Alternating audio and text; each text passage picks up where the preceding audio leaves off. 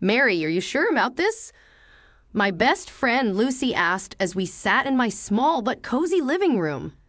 The walls were lined with bookshelves, a testament to my love for fantasy and writing. I sighed, pushing a lock of hair behind my ear. About marrying Alex, yeah, I am. But his family, that's a whole different story. Lucy raised an eyebrow, her skepticism clear. Especially his mom, huh? I nodded. Mrs. Thompson, Alex's mother, she's something else. Always prying, always judging. And don't get me started on the wedding plans.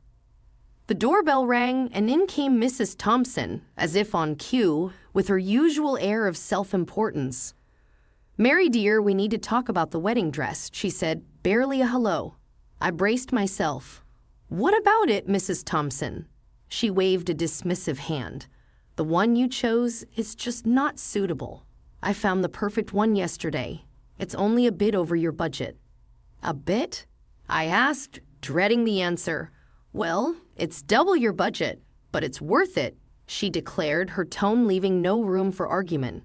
Feeling cornered, I reluctantly agreed. The next day, we went to the bridal shop. The dress was indeed beautiful, but the price tag made my stomach churn. Mrs. Thompson gushed over how stunning I looked. It's settled then, she said, clapping her hands together. We'll take it. I hesitated, but the price. Mrs. Thompson, I can't afford that nonsense, she snapped. It's your special day, you can cut corners elsewhere. This dress is a must. Feeling cornered, I reluctantly agreed. It was easier than arguing. Fast forward to the wedding day. The dress was a hit. Everyone complimented me, and I felt like a princess. But after the wedding, when I approached Mrs. Thompson about the dress payment, she conveniently forgot her promise. Mary dear, I'd never said I'd pay for the whole thing. I said I'd help you, with the choosing. I stood there feeling cheated and foolish. Lucy was right. I should have been more careful. It was a Thursday just like any other, except it wasn't. I was in my home office, the smallest room in the house, cluttered with my writing stuff. The only place where I could find some peace, or so I thought. The sound of the doorbell shattered the quiet. I knew who it was without even looking. Mrs. Thompson had this habit of showing up unannounced, as if our house was a public park. Mary dear, I'm here.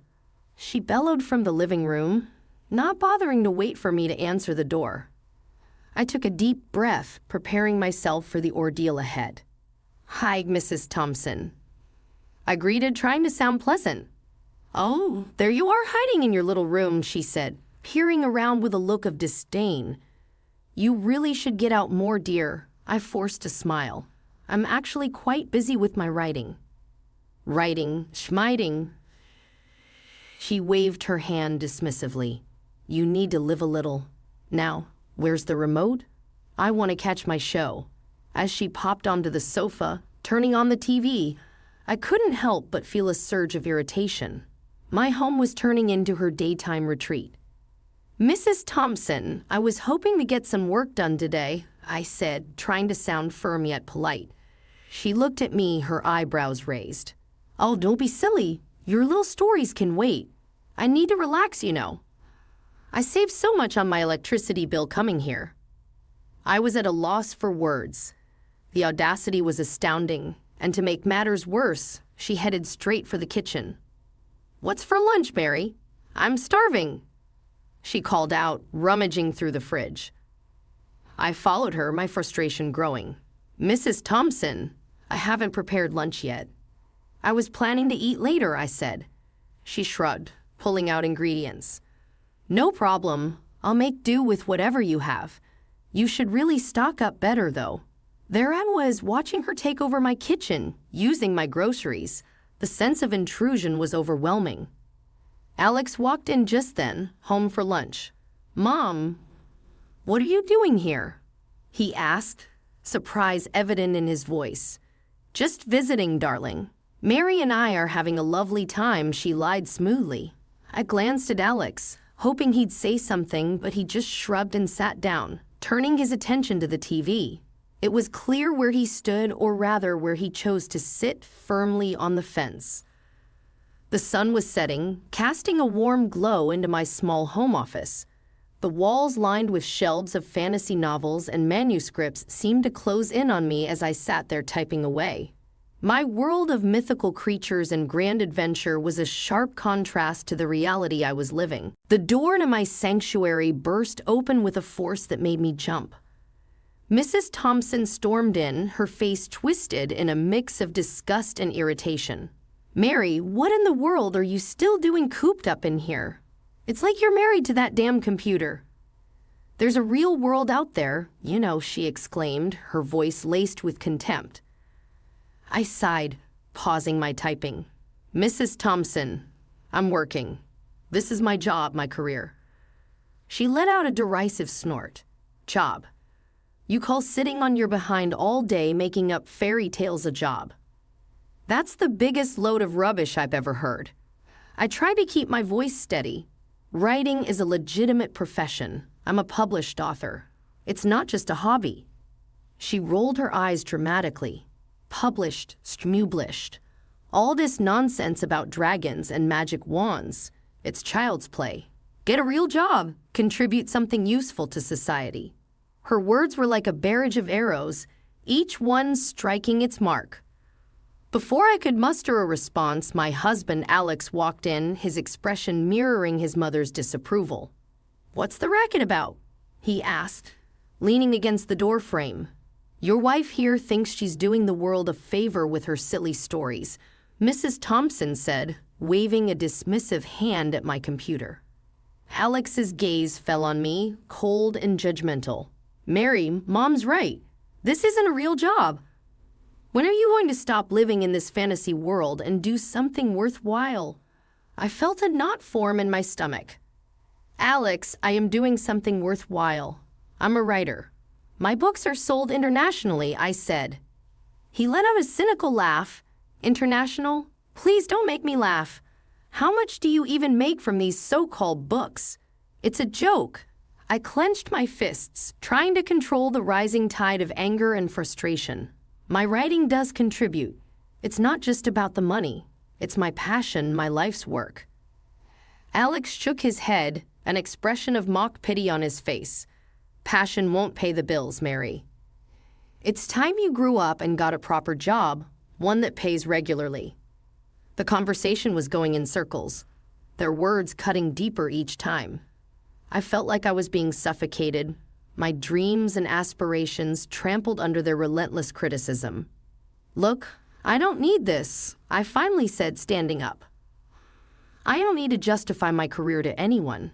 Alex raised an eyebrow. "Oh, so now you're getting defensive? Classic when you can't face the truth. You just run away." I bit back a sharp retort, knowing it would only fuel their fire. Mrs. Thompson, sensing my defeat, added one last jab. "Think about what we said, Mary. It's for your own good. You could thank us later when you're living in the real world." With that, they left, leaving me alone in my office surrounded by my books, my work, my world. But their words echoed in the room, each syllable a reminder of how little they understood or respected me. I wondered how much longer I could endure this environment, where my aspirations were nothing but a source of ridicule. The future, once bright with possibilities, now seemed dim and uncertain. It was a typical Saturday morning, promising relaxation and peace. But for me, it heralded the start of the dreaded weekend ritual. The clock had barely struck 10 when I heard the familiar commotion at the front door. Susan, Alex's sister, barged in with her 3 whirlwinds in tow. "Hey, Mary," Susan called out cheerily as the kids scattered. "Hope we're not too early." I forced a smile, hiding my dismay. "No, not at all. Good morning, everyone." Susan, oblivious to my discomfort, plopped herself on the sofa. "Phew, what a week! I'm beat. The kids have been driving me up the wall. Thank God for Saturdays, right?" I nodded, a sense of resignation settling in. "Right. Would you like some coffee?" "That would be great, thanks," she said, engrossed in her phone. As I made my way to the kitchen, dodging toys and narrowly avoiding the collision with the youngest, I couldn't help but feel like an unpaid nanny and housekeeper. By the time I returned with the coffee, the living room resembled a war zone. Susan looked up, unfazed by the chaos. "Oh, Mary, could you whip up some of your pancakes? The kids are starving." It wasn't a request, it was an expectation. "Sure, I'll get started on that," I replied, my weekend plans vanishing like smoke. The kitchen became my battleground as I juggled pancakes, coffee, and managing the kids. Amidst the flipping and serving, Alex sauntered in, his expression sour. "Mary, why do you always buy these expensive ingredients? We need to cut down on expenses," he grumbled, eyeing the breakfast spread. I sighed, trying to keep my frustration in check. "Alex, your sister and her kids eat here every weekend. It adds up." He shrugged dismissively. "Well, they're family. You can make do with less fancy stuff, save some money." The rest of the day passed in a blur of cooking, cleaning, and catering to endless demands. By the time Susan herded her kids out the door, I was drained both physically and emotionally. As I slumped onto the couch, Alex walked over, a frown on his face. "You know you have to save some money on my nephews and my sister," he said. I looked at him incredulously. "Me? You're the one who never says no to her, and you criticize me for spending too much." He rolled his eyes. "Just trying to help you manage better. You could learn to be more economical." The irony of his words was almost laughable. There I was, running a weekend daycare and diner, and he was lecturing me on being economical. I wanted to scream to tell him how unfair it all was, but I knew it would fall on deaf ears. The house was finally quiet, a stark contrast to the usual daytime chaos. It was my time, the only time I could dedicate to my writing without interruptions. The clock ticked past midnight as I settled into my office, the soft glow of the computer screen my only companion as I lost myself in the world of my creation. The door creaked open. Alex stood there, his face a mix of annoyance and fatigue. "Mary, are you seriously still up? You know how much this will spike our electricity bill." I exhaled slowly, trying to keep my cool. "It's the only time I have, Alex. You know how hectic it gets during the day." He leaned against the doorframe, his expression hardening. "Hectic? You mean taking care of your family? That's what you're supposed to do, Mary. And this night owl routine is not helping. Think about the bills for once." I couldn't believe what I was hearing. "The bills, really, Alex? That's your concern right now? Not the fact that I'm sacrificing my sleep, my health to pursue my career." He rolled his eyes. "Career? You mean this little hobby of yours? Come on, Mary, be realistic. You need to get your priorities straight." I felt a surge of frustration. This hobby of mine is important to me. "Alex, it's my passion, my work. Can't you see that?" He shook his head dismissive. "All I see is unnecessary expenses and a wife who's more interested in her fantasies than her family." The hurt from his words was palpable. I stood up, facing him. "My writing is part of who I am, Alex. I can't just give it up because you think it's impractical." He snorted. "Impractical is an understatement. It's a waste of time and money. You could be doing something more productive, you know." I felt a lump in my throat, the words stinging like a physical blow. "I am being productive in my own way. Why can't you understand that?" Alex shrugged, a cold, indifferent gesture. "Maybe I would if it actually brought in some real money. Until then, it's just a nuisance." With that, he turned and left, leaving me alone in the dimly lit room. The words on the screen blurred as tears pricked my eyes. I was struggling to keep my dream alive, and the person who was supposed to support me the most just didn't get it. The kitchen was stifling, the air thick with tension. I was stirring the pot when Alex came in, his mother, Mrs. Thompson, trailing behind him like a shadow. The news he dropped was like a bombshell. "Susan and her husband are taking off for 2 weeks. They need us to watch the kids," Alex announced, a note of finality in his voice. I froze, spoon in hand. 2 weeks? That's a huge ask. "Alex, Mrs. Thompson chimed in immediately, her tone sharp. It's family, Mary. You can't say no to family. I could feel the frustration building up. But my writing, I have deadlines. I can't be a full-time babysitter. Alex scoffed, his voice dripping with sarcasm. You're writing? Come on, Mary, it's not like you're penning the next bestseller. Family comes first. I turned to Mrs. Thompson, seeking some support. Maybe the kids could stay with you. She recoiled as if I'd suggested something outrageous. Me, look after 3 young ones at my age? Absolutely not. I've done my time raising kids. Desperate, I grasped at another solution. What about hiring a nanny then? Just for those 2 weeks. Both of them looked at me as if I'd grown a second head. A nanny? Mrs. Thompson spat out the word. Why waste money on that when you're already here? Alex nodded in agreement. Exactly. We're not made of money, Mary. You need to be sensible about this. I was incredulous. Sensible?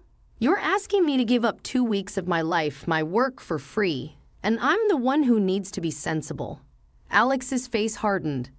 It's not a negotiation, Mary. This is what families do for each other. You're part of this family, or have you forgotten? I felt a surge of anger. No, Alex, I haven't forgotten. But it seems like you've forgotten that I have a life and commitments of my own. Mrs. Thompson snorted, commitments to those fanciful scribblings of yours. Don't be so dramatic. It's just 2 weeks of babysitting. Feeling cornered, I raised my voice. It's not just babysitting.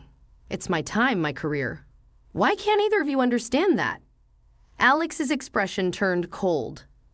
Because, Mary, in the real world, people don't get to live in their fantasy land. They make sacrifices.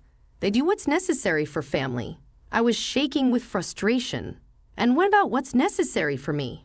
Don't my dreams and aspirations matter to you at all? He leaned in, his voice a low threat. If you don't do this, Mary, it's over. I'll file for divorce. Is that what you want? I recoiled, his words hitting me like a physical blow. The threat of divorce hung in the air, a brutal ultimatum. The day the kids were supposed to arrive felt like the calm before the storm. I watched from the window as Susan's car pulled up. Out tumbled her 3 little ones, each more energetic than the last. Mrs. Thompson, playing the doting grandmother, welcomed them with open arms.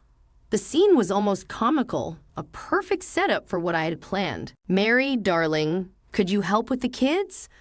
Mrs. Thompson called out, her voice saccharine sweet. I plastered a smile on my face, hiding my brewing plan. Of course, I'll be right there. As I walked into the living room, the chaos was already unfolding. The kids were running around, and Mrs. Thompson looked like she was barely holding it together. Finally, Mary, I thought you'd never come, she snapped, her kind facade slipping. Alex walked in, his expression a mix of annoyance and relief. Mary, make sure they don't wreck the place. I'm going to be in my office. I nodded, my heart racing with anticipation.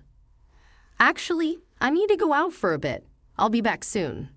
Alex's face twisted into a scowl. Go out now. Are you kidding me, Mary?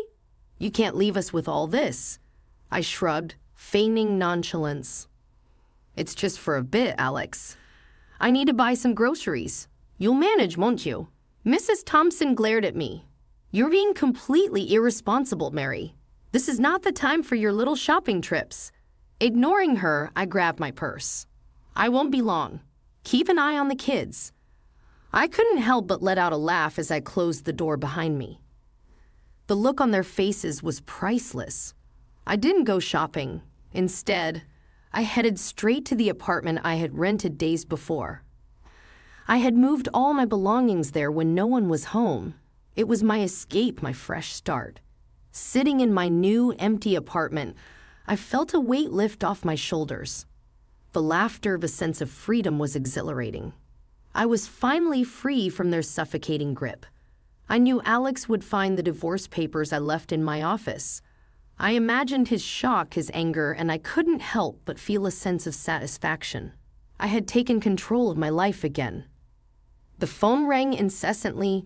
Messages flooded in from Alex, Mrs. Thompson, even Susan. But I ignored them all. I was done with their drama, their selfishness. That night, I lay in my new bed. The silence a stark contrast to the chaos of my former life. I smiled to myself, thinking about Alex and Mrs. Thompson struggling with the kids. It was their turn to feel overwhelmed, to be pushed to their limits. The aftermath of my departure turned out to be more dramatic than any scene from my books. My phone buzzed constantly with updates from various friends who couldn't resist sharing the chaos unfolding at my former residence. One evening, as I sat in my new apartment, the phone rang with an all-too-familiar number. It was Alex, and from the background noise, I could tell the situation at home was far from under control. "Mary, you have to come back. These kids are monsters." Alex's voice was desperate, strained with frustration. I could hear the sounds of things crashing and children screaming. A smirk crept onto my face. "Really, Alex? Sounds like you're having a fun time." "This isn't funny, Mary. My mom is losing her mind and I can't handle this alone," he pleaded. I leaned back, enjoying the sweet taste of retribution. "Well, Alex, you should have thought about that before. I'm not your nanny or your maid." There was a pause, and then he said, "I'm sorry, okay? I should have listened to you, respected your work. Please just come back." The apology, so rare from Alex, didn't stir any sympathy in me. "Sorry doesn't fix everything, Alex. I told you what would happen. I'm done being taken for granted." I hung up, cutting off his protests. The satisfaction was short-lived, though, replaced by a sense of peace and freedom. A few days later, I met up with Lucy for coffee. So, I heard Mrs. Thompson called Susan, demanding she come back early to take her kids. Lucy said, a mischievous glint in her eyes. I laughed, sipping my coffee. "Yeah, Susan refused, said she needed the break. Can you imagine the showdown at that house?" Lucy chuckled. "And your book? It's a hit, Mary. Everyone's talking about it." I smiled, feeling a sense of achievement wash over me. "I put everything into it. It's my best work yet." Lucy leaned in, lowering her voice. "The main villain, she's a lot like your mother-in-law, isn't she?" I raised an eyebrow, a playful smirk on my lips. "Is she?" I hadn't noticed. As I walked back to my apartment, I thought about the journey I had been on. Leaving Alex and his controlling family was the best decision I had ever made. I was finally living for myself, my dreams. My latest book was just the start. The villain reminiscent of Mrs. Thompson was a hit with the readers. My friends saw the resemblance immediately, but for me, it was more than that. It was a cathartic release, a way to close a painful chapter of my life.